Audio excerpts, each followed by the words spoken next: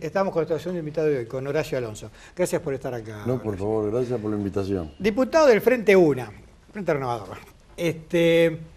Bueno, Horacio, maratónica también la sesión. ¿Duermen a la noche? Algunos sí se van a dormir o tienen la obligación de estar ahí, de que siempre haya quórum en la Cámara mientras están hablando. No siempre hay quórum. Algunos permanecen en el recinto, otros en el Palacio Legislativo.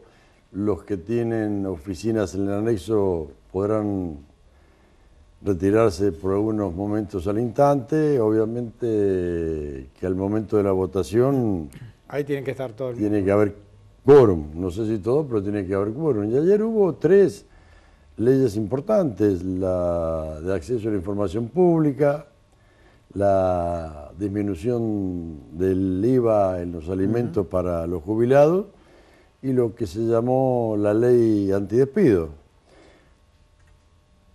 La ley de acceso a la información pública se estuvo debatiendo por más de una década.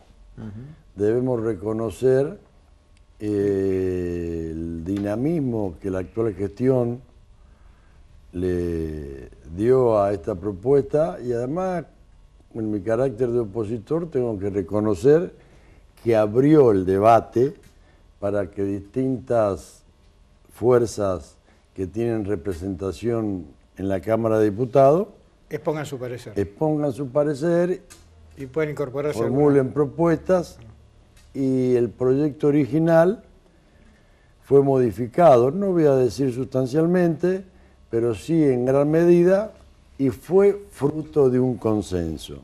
Lo mismo ocurrió con la retención el tema del IVA para los jubilados. En el IVA para los jubilados. Ahora, algo extraño porque esto no ocurría en la época del kirchnerismo, ¿no?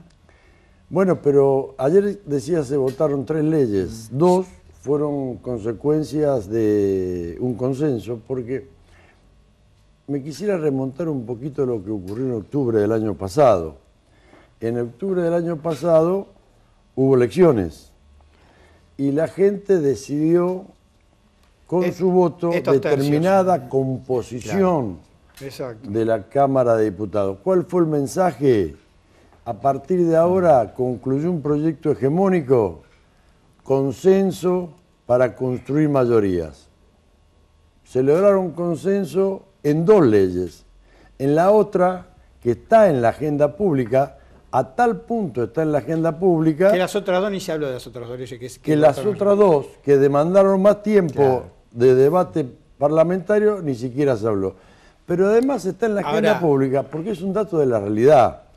Como no hay estadísticas, porque el INDEC no la provee, bueno, nos manejamos con datos que pueden ser considerados informales, certeros o alejados de la realidad. La jugada de ayer en el Congreso de la Nación es muy clarito que Mauricio Macri lo que quiere es quedarse él de un lado y poner a toda la oposición, más inclusive, con el Frente para Victoria, digamos, esto dividido así en 2, levanto a la presidenta por un lado cuando puedo, para que sea... Es una interpretación válida, que no obstante no deja de ser materia opinable, con tu línea de argumentación, con los fundamentos que le dan origen a esa línea de fundamentación yo coincido. El kirchnerismo duro y el macrismo se necesitan, se retroalimentan, efectivamente. No sé si va a lograr el presidente ese propósito de poner de un lado a todos los malos y él ser la expresión de los buenos. Lo que está ocurriendo en la Argentina es grave, todavía tiene margen para responsabilizar a la herencia, pero con el correr de los tiempos ese margen se le va a ir reduciendo. Pero quería volver, si me permiten, un poquito a lo que estábamos debatiendo anteriormente. ¿Por qué no hubo consenso en la ley antidespidos? Recuerden ustedes que hasta el 10 de diciembre se cuestionaba a un poder del Estado porque funcionaba como una escribanía del Ejecutivo. Y además se cuestionaba el relato del actual gobierno. Bueno, esa escribanía tenía mayoría propia. Hoy no existe eso. Hoy no existe esa mayoría propia. Y la escribanía ha sido reemplazada por la amenaza constante del veto. Nadie desconoce que es una facultad constitucional del presidente, pero estamos frente a un administrador con vocación de veto serial. Si no, remitámonos a los antecedentes de la ciudad de Buenos Aires. Sí, era una costumbre. Ahora, niega la existencia de los despidos, pero trata de reemplazar a un Congreso de la Nación integrado por 257 representantes del pueblo, por 200 empresarios que firman un acta compromiso apócrifa, porque no se comprometían a no despedir, sino que se comprometían potencialmente a mantener planteles. Entonces el problema existe. Está bien, Si el problema existe, pero démosle eres coherente una tutela con los efectos jurídicos Sí, correspondientes. pero eres coherente con su historia y con su pensamiento. Absolutamente. Es totalmente coherente, uno puede estar de acuerdo o no. Absolutamente. Pero es totalmente coherente. Esto Tal punto que hoy nosotros dimos la cifra de nosotros que por primera vez del año 99 las exportaciones agropecuarias superaron a las industriales. Y esto también marca un camino. Esto no es, digamos, esto es un dato de la realidad. Bueno, y esto marca un camino. Esto perfila un proyecto de país, ¿no es cierto? Demuestra, basta un botón. 5 meses largos no nos permiten llegar a conclusiones definitivas, pero sí nos permiten interpretar la dirección que le van a dar a sus pasos. No hay razón para suponer que esta ley atentaba contra la generación de empleo. Lo que atenta contra la generación de empleo es que no haya una política económica vinculada al crecimiento. Por ahí lo que le permitió, disculpad, por ahí lo que le permitió a Macri esta ley, que en realidad no modificaba el amperímetro. En realidad, si vamos a la lógica, es una ley, entre comillas, no existen leyes menores, pero tampoco es una ley que sea el centro del debate. Pero a Macri le viene bien porque la veta, quiere demostrar autoridad, y pone, te repito, enfrente lo que para ellos es el pasado, es el kirchnerismo, y cree que eso le da rédito. Esa lectura se hace en determinados círculos. La lectura de la realidad para la gente del común pasa por otro lado. La lectura de la realidad dice que me aumentó el transporte, me aumentó la luz, la capacidad adquisitiva de mi salario viene cayendo día tras día, no veo la luz a la salida del túnel, aparentemente falta un mes, ¿no es cierto?, y moneda para que entremos en una etapa de bonanza. Recuerde, el segundo semestre. El segundo el famoso semestre. Mencionado que es la solución de todos los problemas. Pareciera ser que han comprendido que no nos vamos a encontrar con el oasis en el segundo semestre, ya comienzan a hablar del último trimestre del año o del primer trimestre del año próximo. Tenían una pauta inflacionaria del 25%, ya en los primeros 4 meses estamos cerca del 20%. Entonces, si tenemos vocación de diálogo, si queremos privilegiar políticas de Estado, que convoquen a las fuerzas con representación parlamentaria, Horacio, como hizo hoy la gobernadora. No hay vocación de diálogo, vos mismo lo dijiste. La gente en octubre votó de determinada manera y no permitió que nadie tenga la hegemonía. Pero si a eso le sumamos que cambiemos, y el PRO es un partido relativamente nuevo, es nuevo a nivel nacional, ellos especulan con que en el 2017 lo que saquen es ganancia y le va a sumar a lo que ya tiene y después hablamos a ver cómo es el diálogo. Después hablemos cómo es el diálogo. Quiero destacar la honestidad intelectual y su compromiso cívico del diputado Martínez. Gutiérrez, perdón. Me estaba confundiendo con el otro Calle Martínez. De Pergamino, el Calle Gutiérrez, porque el radicalismo le está dando política a este gobierno. No hay gestión sin política. Si ustedes quieren considerar la gestión del gobierno nacional, provincial y en algunas administraciones gobernadas por el PRO,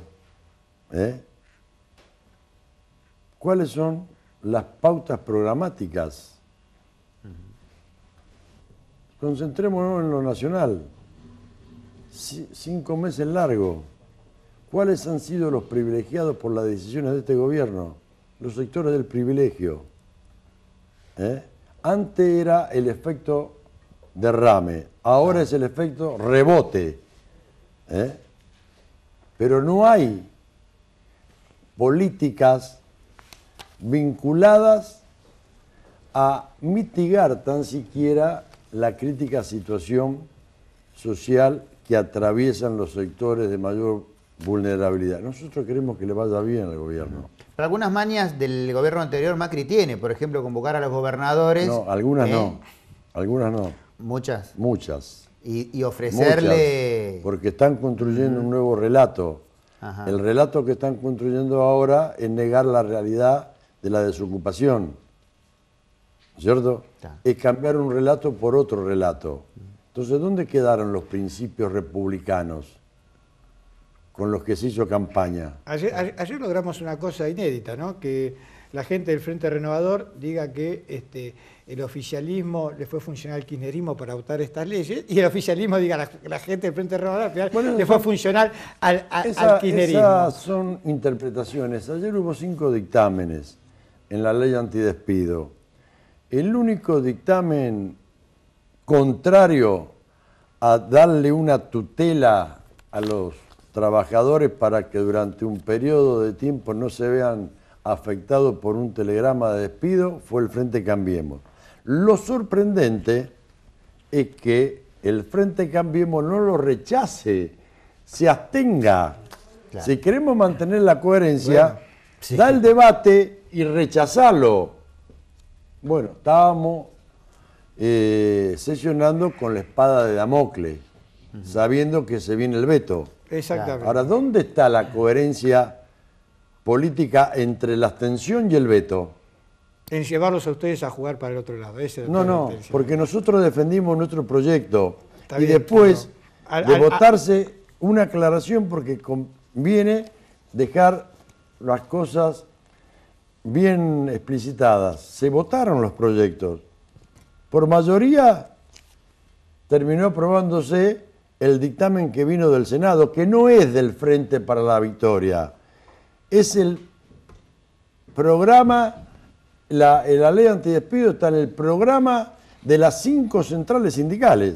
Nosotros quisimos incorporar a esto el tema de las pymes porque son los que generan mayor puestos de trabajo. Tenemos llamado a los televidentes. Los televidentes se quieren expresar, Horacio, te lo leemos entonces los mensajes tal cual vienen llegando. Vidal Masilla de Morón dice que necesitamos a Horacio Alonso otra vez como secretario del Sindicato de Justicia y manda saludos. Pero ¿cuántos años? Tiene sus años este hombre. ¿Quién es? Vidal Masilla. Habla de los años que tiene. En Morón. Carlos es de Caseros. No seamos indiscretos. Carlos es de Caseros, dice que Horacio Alonso es un verdadero peronista. Alicia Veraldi de Morón felicita a Horacio Alonso por explicar muy bien las cosas. Dice que es un verdadero militante del peronismo. Y Juan Carlos de Caseros, en Cochararo y Sarmiento hay un pozo donde paran los autos, frenan y ahí aprovechan los delincuentes para robarlos. Juan Carlos de Caseros. Y ya que habla de Caseros 3 de febrero, ¿cómo está 3 de febrero, Horacio? Casi 6 meses podemos ser sintéticos, fulbito para la tribuna, maquillaje, golpes de efecto, un tema sensible, la inseguridad. Lo dijo con toda claridad el diputado Gutiérrez. Ustedes son periodistas, conocen la zona y la inseguridad en este último tiempo se ha agravado. La política sanitaria es un simple enunciado. La obra pública está circunscripta a un señalamiento de la vía pública. La oposición ha tenido una responsabilidad institucional, le hemos dado los instrumentos para que gobiernen. Ayer se le aprobó el presupuesto. Se hace difícil tener un programa de gobierno y hacerlo efectivo cuando se desconoce el territorio. La casi totalidad de los funcionarios de esta administración municipal no son de 3 de febrero. Esto que decís vos parece que es también se replica en la mayoría de las administraciones que tiene Cambiemos en el Gran Buenos Aires. Esto de que los funcionarios no son de la zona. Porque el PRO da la impresión de que funciona como una empresa, no como un partido. Ahora la casa matriz es la República Argentina. La principal sucursal es la provincia de Buenos Aires. Y descendiendo en orden de prioridades, otras sucursales menores son las intendencias que administra. Entonces, la casa matriz provee de funcionarios a sus sucursales, más allá de la entidad que tenga cada una de sus... Es lo que está ocurriendo en el gobierno nacional. Si la mayoría de los funcionarios del gobierno nacional proveyesen del mundo sindical, dirían que estaríamos frente a un gobierno de sindicalistas. ¿De dónde provienen la mayoría de los funcionarios de este gobierno? De los CEOs, de las empresas. Entonces es un gobierno de los empresarios. Horacio, gracias. Y los empresarios tienen una visión distinta a los que tienen los que provienen de la política. Una lógica diferente, que es correcta, la rentabilidad de sus empresas. Pero la Argentina no es una empresa. Pero el Estado no es una nación. Exacto, no es una empresa ni para ser rentable un Estado. Efectivamente. La rentabilidad se verifica en el estándar de vida de sus habitantes, en mejorar la calidad, en avanzar hacia la justicia social de los compatriotas. Horacio, gracias por el venir. No, por favor.